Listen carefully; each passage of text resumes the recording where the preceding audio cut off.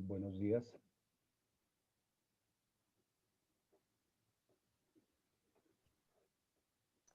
Hola, buenos días. Buenos días, profe. ¿Cómo Buenos amaneció? días, profe.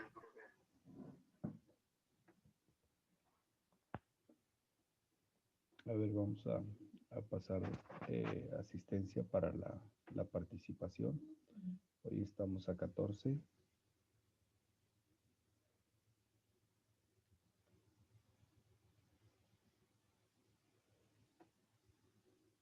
A ver, denme sus apellidos, por favor.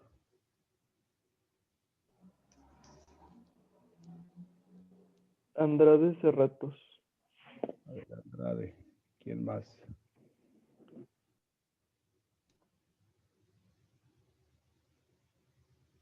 Aparte de Fernández Andrade, Ríos. Fernández Ríos. Quetzali. Muy bien. ¿Quién más?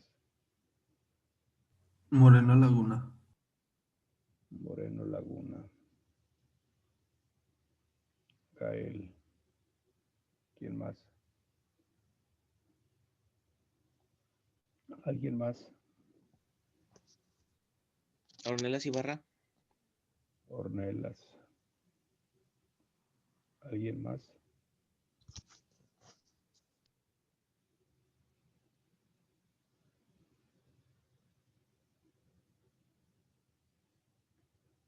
Son 4. ¿Alguien más? Ahorita creo que se está uniendo a alguien, no sé, profe.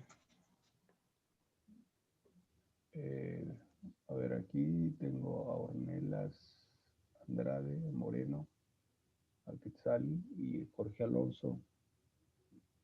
Se supone que son 5 y tengo 4 en lista. A ver, en lista está Andrade, está Fernández, Quetzali, Moreno y Ornelas. ¿Quién falta?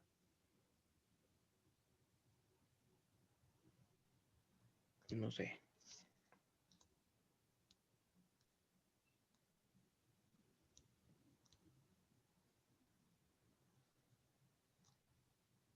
Jorge Alonso, ¿cuál es el primer apellido?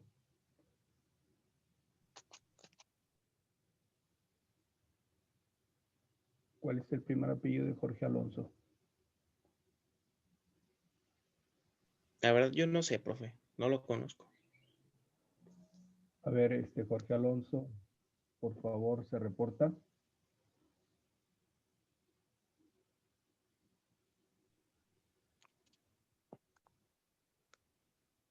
Jorge Alonso. ¿Puedes repetir, por favor? Jorge Alonso. Sí, soy yo. ¿Cuál es su primer apellido? Rodríguez Torres. Rodríguez Torres. Muy bien. Bueno, les voy a pedir de favor que activen sus cámaras. No importa que todavía estén por ahí recostados. Para trabajar, por favor, saquen sus tareas para comenzar el tema.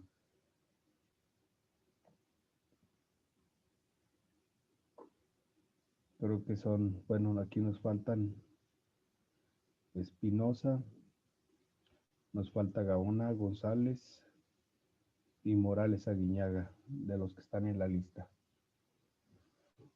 Entonces, por favor, activen sus camaritas para comenzar. ¿Me podrían ayudar, por favor, con la consulta que pudieron hacer ustedes o la investigación que hicieron de este tema?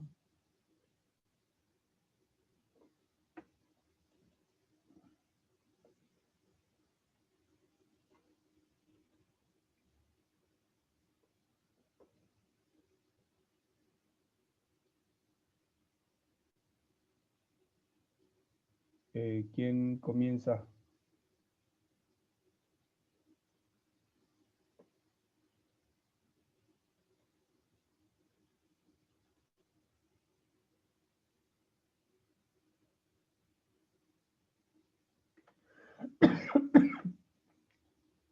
¿Quién comienza de todos? Adelante. ¿Qué tiene que ver en el ámbito filosófico Luis XVI? ¿O qué tuvo que ver?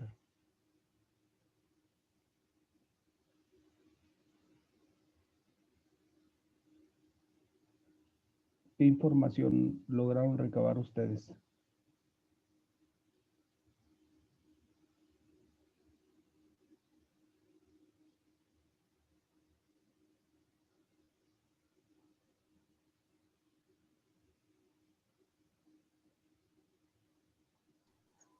¿Es del siglo XVII, del siglo XVIII y la filosofía?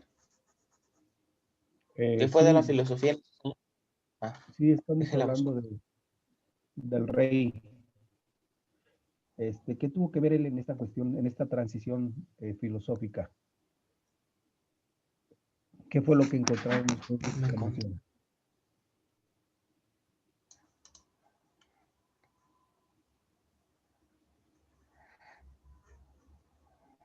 Adelante. ¿Quién comienza?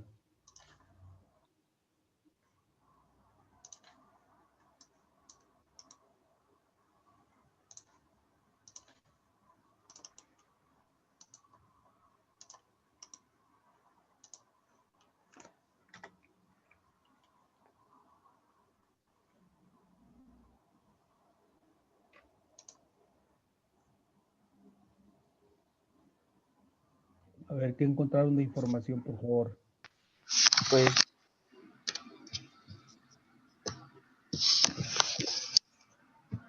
yo encontré que la filosofía moderna se caracteriza por reconocer plenamente la preeminencia de la gnoseología por, Gnosiología.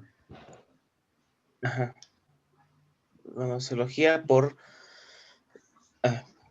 sobre la metafísica, argumentando antes que de intentar conocer lo que hay, es prudente conocer lo que se puede conocer. Y también acá tengo,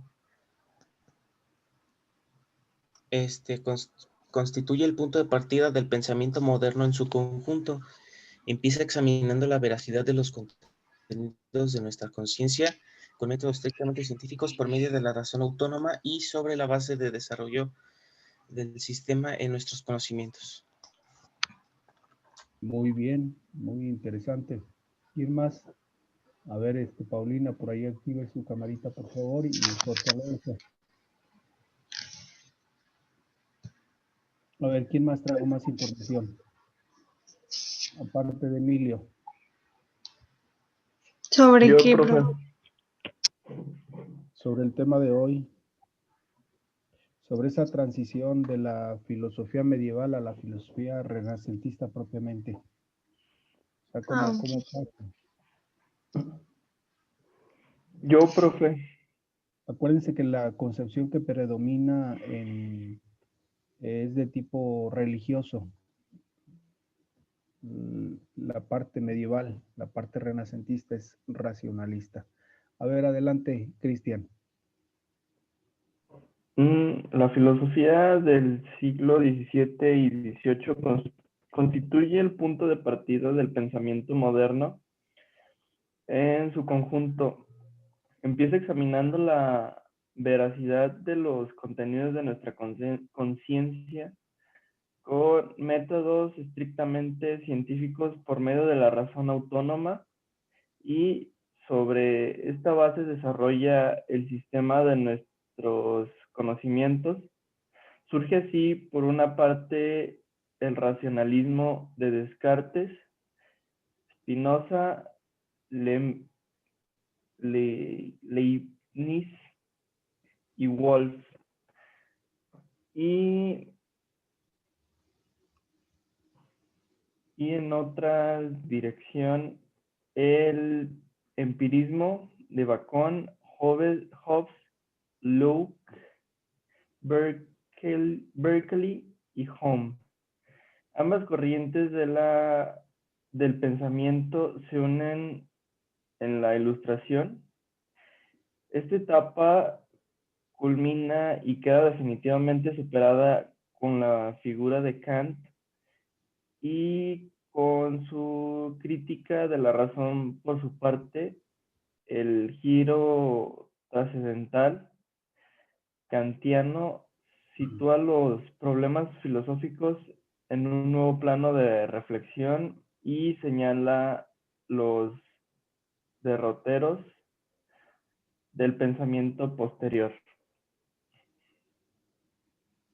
Muy bien, Cristian. ¿Alguien más por ahí? Paulina ya se preparó.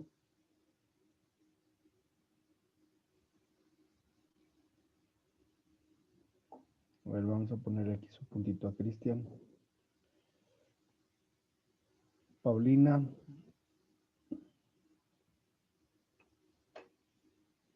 Emilio.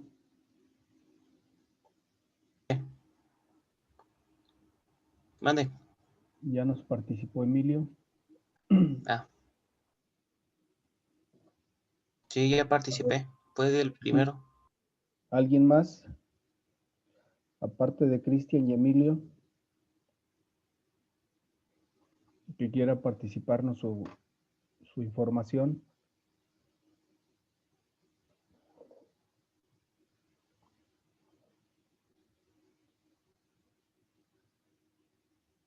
Paulina, ¿tiene algo de información?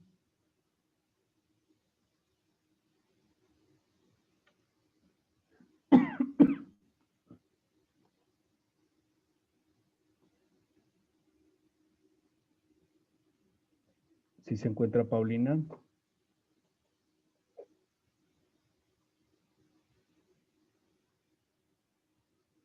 Quetzali, ¿algo de información?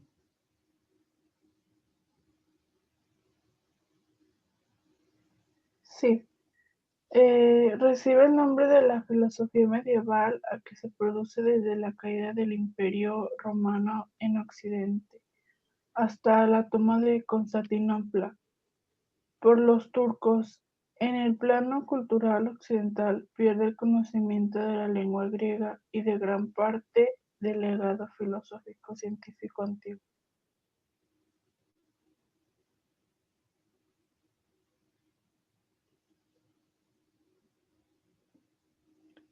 ¿Cómo entiende eso usted?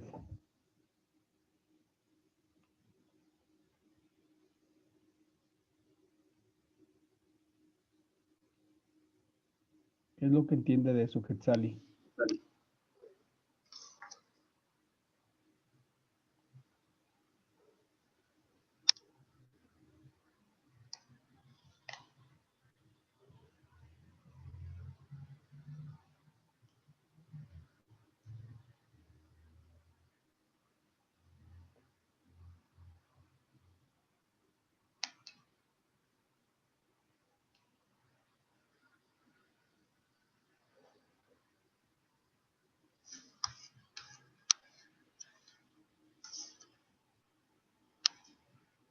A ver, alguien de los presentes que nos apoye. A ver, adelante, Paulina.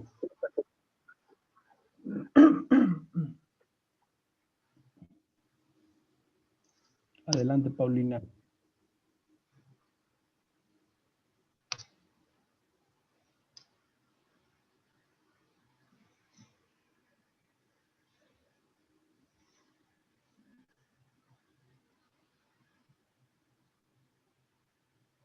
Bueno, vamos a continuar primero.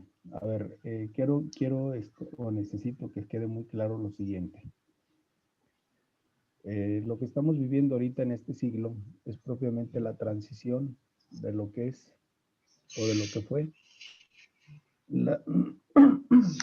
perdón, de lo que fue la época medieval con respecto a la época moderna. Acuérdense que la época medieval está caracterizada por el teocentrismo. El teocentrismo es propiamente todo lo que gira en torno a Dios. Por ende, la iglesia pues es la que marca la pauta a seguir.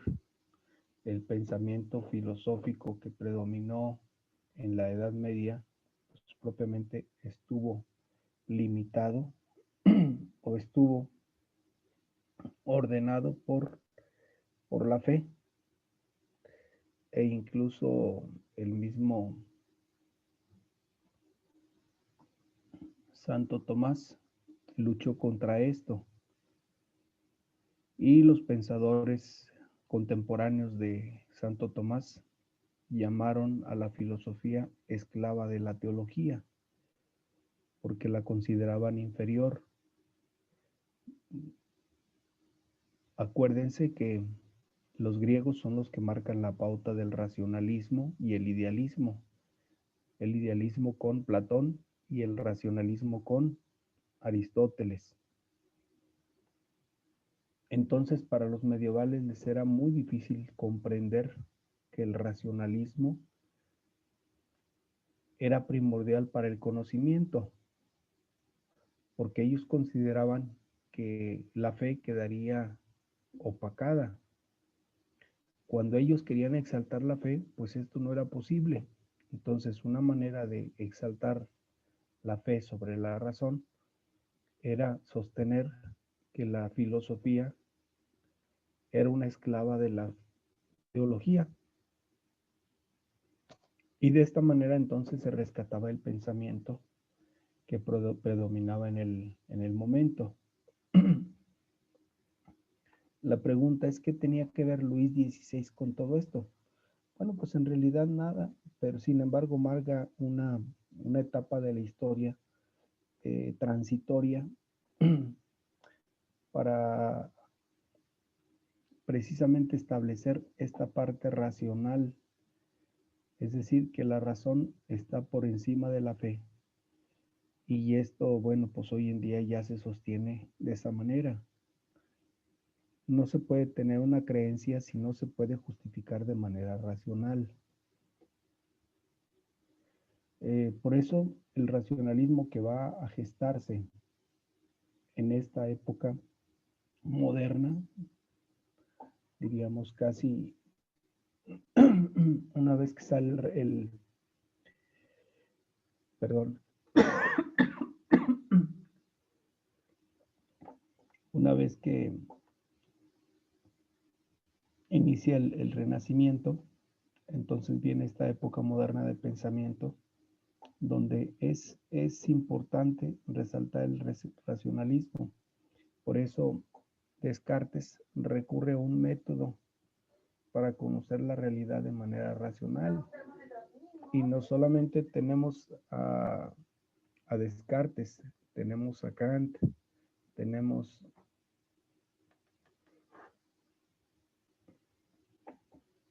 a todos los ilustrados, como es Hobbes, Diderot, Rousseau, D'Alembert. Es decir, todos estos pensadores abogaron por la razón como principio para conocer la realidad.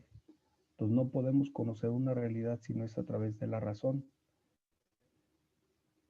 Con el paso del tiempo, el ámbito teológico ha sido aceptado de esa manera, es decir, hoy en día la teología no que sea menos que la filosofía, simplemente estamos hablando de dos ciencias, una ciencia de tipo religioso y una ciencia de tipo racional. Entonces, la ciencia de tipo racional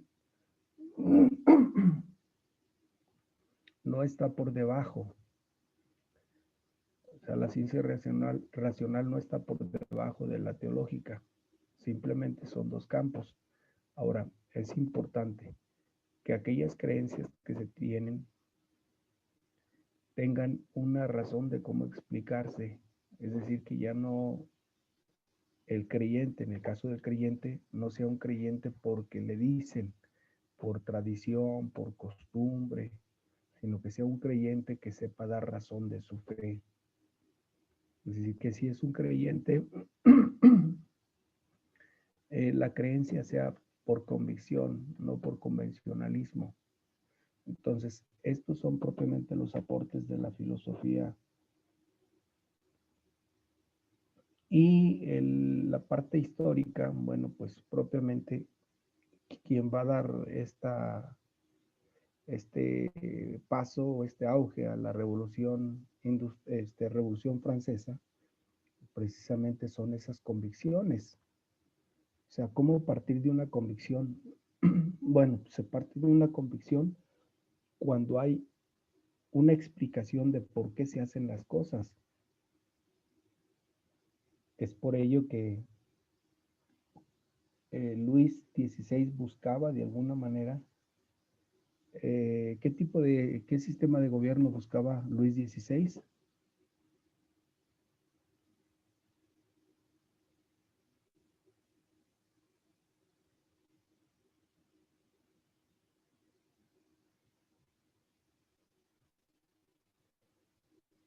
Acuérdense que es republicano.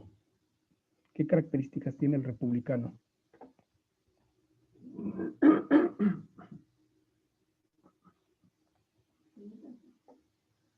¿Cuáles son las características del republicano, del gobierno republicano?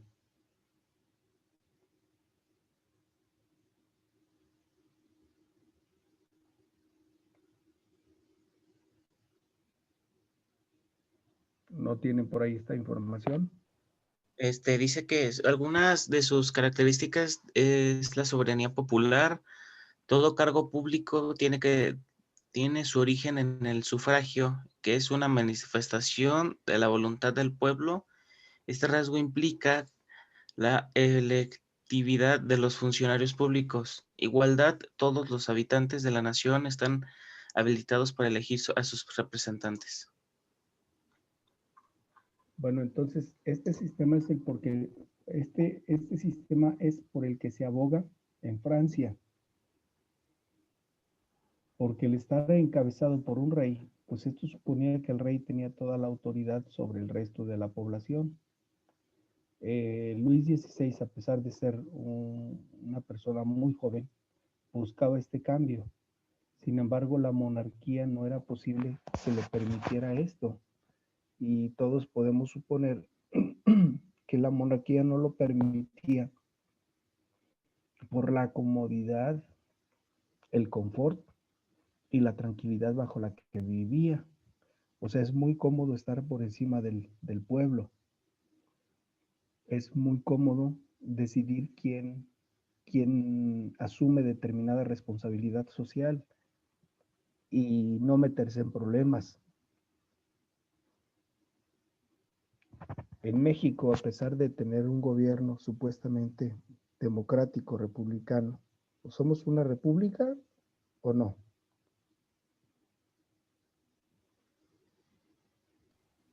Pues se supone que somos una república, ¿no?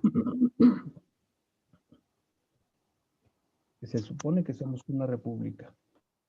Y entonces dentro de esta justificación de república, el señor presidente de la república quiere llevar a juicio a todos los expresidentes que él considera gobernaron mal.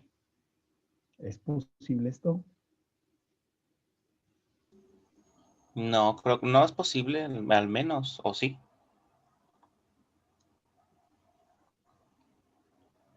Porque tentativamente él está proponiendo una consulta ciudadana.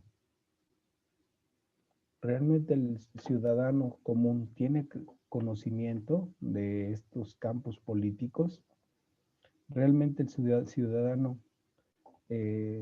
tiene ese derecho de enjuiciar a los expresidentes por su mala administración? Si es que así fue, porque estamos en una república. Pero ¿realmente está gobernando como un republicano o está gobernando como un monarca? El monarca no oye los comentarios de la población, más no le interesa, porque es monarquía. Al monarca tiene la facultad de poner o dar o delegar cargos a las personas que él quiere.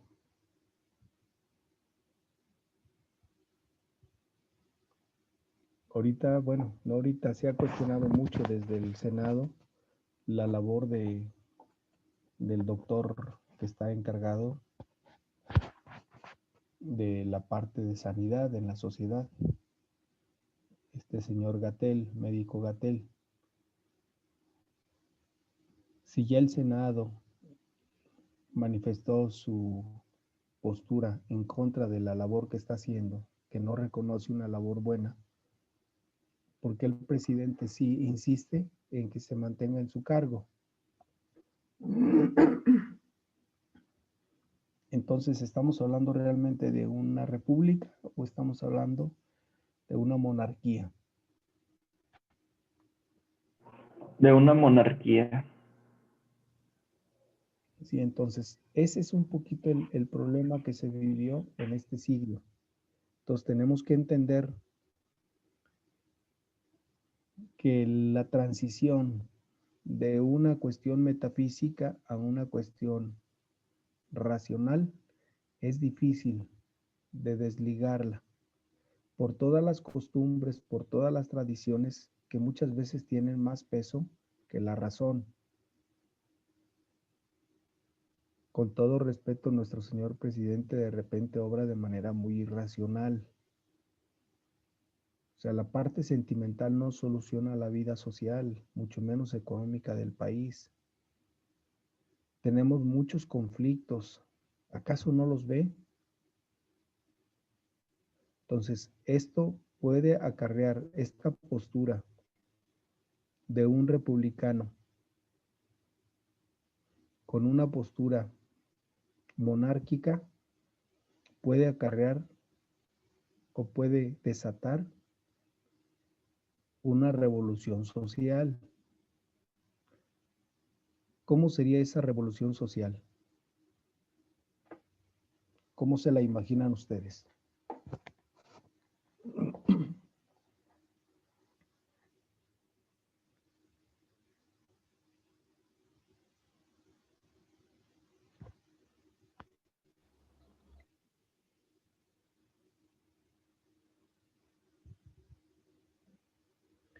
Hay algunas manifestaciones de esta revolución social.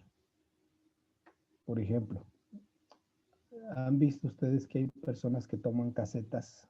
O sea, gente de la sociedad que toma las casetas y sigue cobrando las cuotas, y las cuotas no las tiene el Estado, sino la gente que las recoge. Sí, ¿Se han dado cuenta que hay personas que están obstruyendo el movimiento ferroviario en México? La pregunta, ¿dónde está la autoridad? En un país republicano, ¿es posible esto?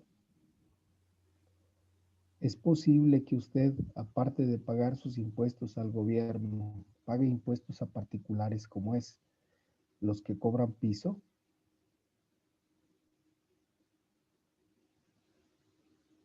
¿Es posible que un grupo de personas se les antoje secuestrar a otras personas?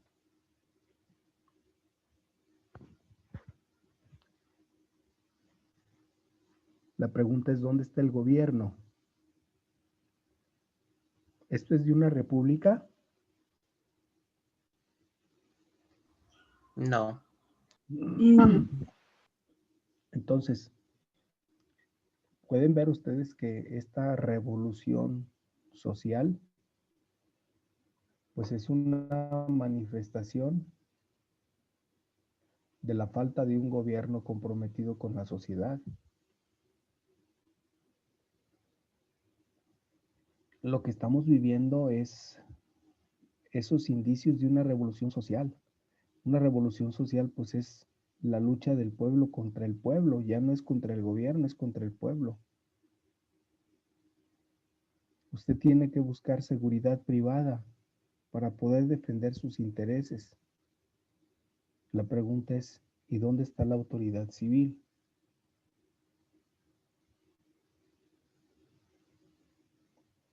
Esto es una revolución social.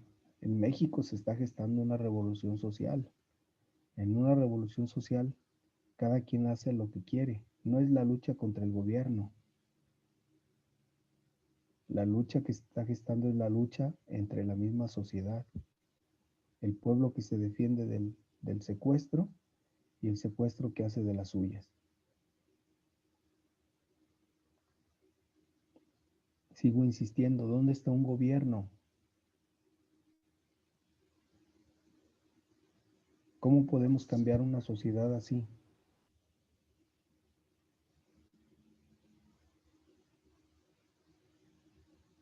¿Cómo la cambiarían ustedes? ¿Qué criterios? Mediante el diálogo. ¿Se puede Intentar dialogar. ¿Se puede dialogar con el narco? Bueno, no. Tiene razón. O sea, ¿cómo podríamos dialogar? ¿Se podría dialogar con las personas que han tomado las vías férreas? Los trenes están detenidos. La pregunta es, ¿dónde está el gobierno? Es que sería un proceso muy largo, ¿no? ¿Mandé? Sería un proceso muy largo. Pero es lo que estamos gestando. El sistema político que tenemos es lo que está gestando. Lo mismo que le sucedió a Francia, la gente está desesperada. Ahorita tenemos un problema, el COVID. O sea, ¿cómo va a salir la sociedad a sobrevivir si se puede contagiar? ¿Cómo va a salir la sociedad a trabajar si inmediatamente llegan y le cobran piso? ¿Cómo hacer que su negocio crezca? Y lleguen otros y le digan, ¿sabes qué? Vas a tener que pagarme una cantidad determinada para poder trabajar. La pregunta es, ¿dónde está el gobierno? ¿Qué es lo que va a hacer el empresario? ¿Qué es lo que va a hacer el particular para defender sus intereses? Pues constituir una guardia de seguridad. Una guardia de seguridad que va a tener que enfrentar a los contrincantes. Y la pregunta es, bueno, ¿y el gobierno qué está haciendo? Por eso, la pregunta es, ¿cómo podrían ustedes cambiar este contexto social?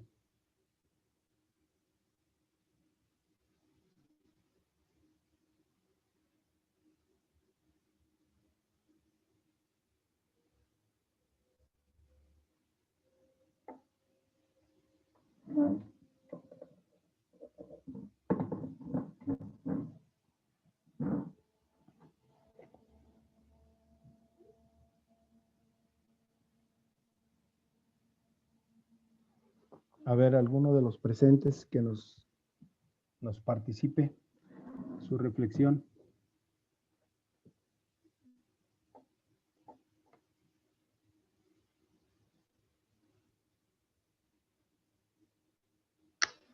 ¿Cuál fue su pregunta, profe? ¿Cómo poder enfrentar esta guerra que se está gestando, esta guerra social que se está gestando en el país? Por un lado, el presidente está preocupado o está ocupado en buscar cómo se castigue a los expresidentes.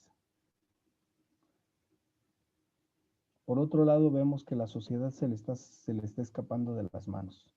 Personas que toman oficinas, personas que toman dependencias de gobierno, personas que protestan, personas que toman vías férreas, personas que toman casetas, o sea, personas que han tomado la presa ya en Chihuahua, perdón, cómo cada quien está haciendo lo que quiere y la pregunta es, ¿y el gobierno qué está haciendo? Mientras el presidente está preocupado por llevar a juicio a los expresidentes, la población está haciendo de las suyas. ¿Cómo cambiar esto?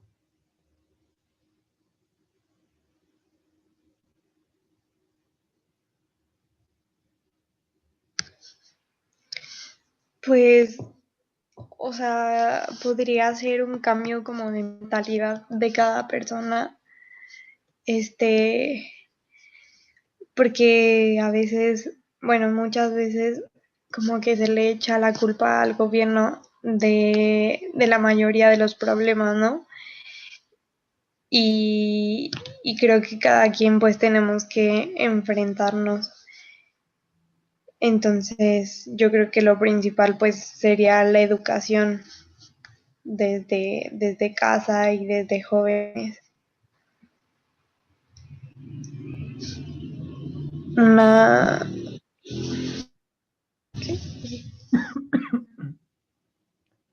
¿Cómo puede escaparse usted de un asalto? ¿Cómo? ¿De un ¿Cómo puede asalto? de un asalto? No, pues no, o sea, eso también es como otro tema, porque ahí creo que sí entraría el gobierno que justamente pues no está haciendo nada para combatir eso. Eh, Creo que entra mucho la parte de la corrupción, al no hacer nada, al ponerse como una venda en los ojos y, y pues dejar que las cosas pasen. O sea, porque es muy evidente. Bueno, entonces, este es propiamente el contexto de la transición así de manera muy sintética, la transición que se vivió en este siglo, de lo que es de lo que fue propiamente la influencia teocéntrica al antropocentrismo, es decir, de la fe a la razón, de las costumbres a la razón, es decir, la estructura que debe dar una sociedad desde esta visión filosófica. Necesitamos de una sociedad más racional, es decir, desde nosotros, justificar nuestros actos de manera racional, dar razón de por qué actuamos, de por qué creemos, de por qué pensamos, de por qué somos lo que somos, pero desde un punto de vista racional, porque el racionalismo tiene una tendencia a la ciencia. Por eso vean que el desarrollo de los países del primer mundo, pues indudablemente son sistemas racionales, no de costumbre y tradición. Pues la costumbre y la tradición son buenas dentro de un grupo social, pero no dentro de una sociedad en general. Estamos hablando de las buenas costumbres y las buenas tradiciones, pero tenemos que ser una sociedad pensante. Tenemos que dejar atrás que otros piensen por nosotros, dejar atrás que otros decidan por nosotros. Y la única manera de lograrlo es pensar bien las cosas antes de hacerlas. Ese es propiamente el meollo del tema. ¿Alguna duda hasta aquí? No, por favor. Bueno, pues No, estamos a punto de cerrar el mismo sistema. Acuérdense que el programa no permite más que 40 minutos. Entonces está casi a punto de cerrarse. Yo les agradezco